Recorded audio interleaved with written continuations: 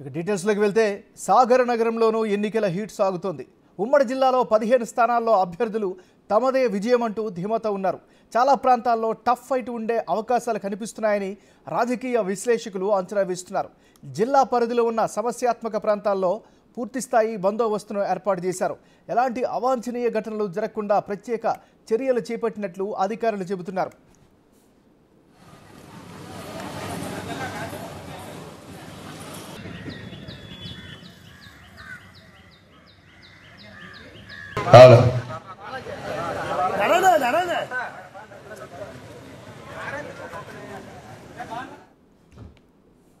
ఉమ్మడి విశాఖ జిల్లాలో ఎన్నికల ఏర్పాట్లు ఏ విధంగా కొనసాగుతున్నాయి, ప్రస్తుత తాజా పరిస్థితి ఏంటో ఎక్స్ప్లెయిన్ చేసేందుకు మా రిపోర్టర్ రాజు లైవ్లో సిద్ధంగా ఉన్నారు. రాజు, చెప్పండి.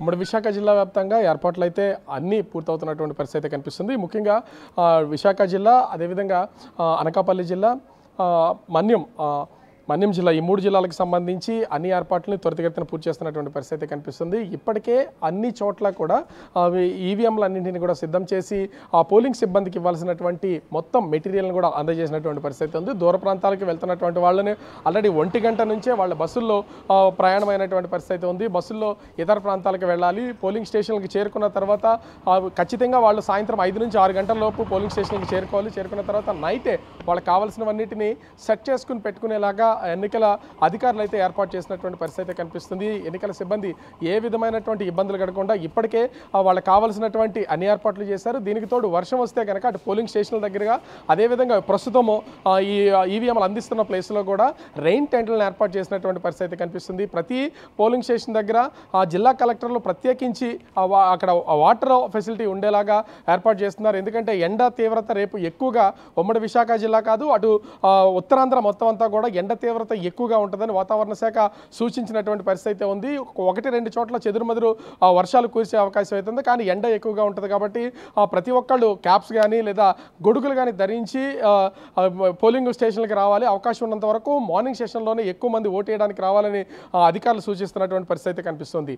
ముఖ్యంగా చూస్తే సమస్యాత్మక ప్రాంతాల విషయానికి వస్తే ఇప్పుడు విశాఖ జిల్లా అంటే సపరేట్ అయినటువంటి విశాఖ జిల్లాకి సంబంధించి పోలీస్ కమిషనరేట్ పరిధిలో అటు విశాఖ జిల్లా, అదేవిధంగా విజయనగరం జిల్లాకి సంబంధించి, ముఖ్యంగా అనకాపల్లి జిల్లాకి సంబంధించి ఇలా 3 జిల్లాల పరిధికి సంబంధించి ఉన్నటువంటిది అయితే ఉంది. దీనిలో 476 సమస్యాత్మక ప్రాంతాలను ఇప్పటికే పోలీస్ ఐడెంటిఫై చేసినటువంటి పరిస్థితి ఉంది ఎన్నికల సంఘం. దీనికి సంబంధించి వెబ్కాస్టింగ్ పూర్తి స్థాయిలో అమలు చేస్తున్నారు. వెబ్కాస్టింగ్ చేయడంతో పాటుగా ఈ పోలీసులకు సంబంధించి కేంద్ర బలగాలు 10 బెటాలియన్లకు సంబంధించినటువంటి కేంద్ర బలగాల్ని ఇక్కడ మోహరించినటువంటి పరిస్థితి కనిపిస్తుంది. అదేవిధంగా అనకాపల్లిలో 326, ముఖ్యంగా అరకు జిల్లా అంటే మన్యం జిల్లాకి సంబంధించి అరకు నియోజకవర్గంలో 7 ప్రాంతాలు కూడా ఏజెన్సీలో ఉన్నటువంటి నేపథ్యంలో దాదాపుగా 516 వరకు వీళ్ళు ఐడెంటిఫై చేసినటువంటి పరిస్థితి ఉంది. అయితే వాటిలో అత్యంత సమస్యాత్మకమైనటువంటి ప్రాంతాలు 156గా ఉన్నటువంటిది తెలుస్తోంది. వీటికి సంబంధించి పూర్తి స్థాయిలో ఏర్పాటు చేసినటువంటి పరిస్థితి ఉంది. ముఖ్యంగా అరకు పార్లమెంట్ నియోజకవర్గానికి శ్రీకాకుళం, విజయనగరం, విశాఖపట్నం, తూర్పుగోదావరి జిల్లా 4 జిల్లాలకు సంబంధించినటువంటి అసెంబ్లీ నియోజకవర్గాలు ఉన్నటువంటి నేపథ్యంలో అందరు కలెక్టర్లతో సమన్వయపరిచి ప్రస్తుతం అయితే అన్ని ఏర్పాట్లని చేస్తున్నటువంటి పరిస్థితి ఉంది. వెళ్ళినటువంటి అంటే ఇప్పుడు బయలుదేరి 1 గంట నుంచే ఎన్నికల సిబ్బంది బయలుదేరి అక్కడి నుంచి వాళ్ళు అంటే ఈవీఎంలు తీసుకుని పోలింగ్ స్టేషన్స్కి అయితే వెళ్తున్నటువంటి పరిస్థితి ఉంది. వెళ్ళిన తర్వాత వాళ్ళకి పోలింగ్ స్టేషన్ దగ్గర ఏ విధమైనటువంటి నైట్ స్టే చేయడానికి కానీ, అక్కడ వాళ్ళ సామాగ్రిని భద్రపరచుకోవడానికి కానీ ఏ విధమైనటువంటి ఇబ్బందులు లేకుండా ఏర్పాటు చేస్తారు. దీంతో పాటుగా జీపీఎస్ వాళ్ళు వెళ్తున్నటువంటి వెహికల్ నేరుగా స్టార్ట్ అయిన దగ్గర నుంచి వాళ్ళు ఇచ్చినటువంటి ఒక రూట్ అయితే ఇచ్చారు.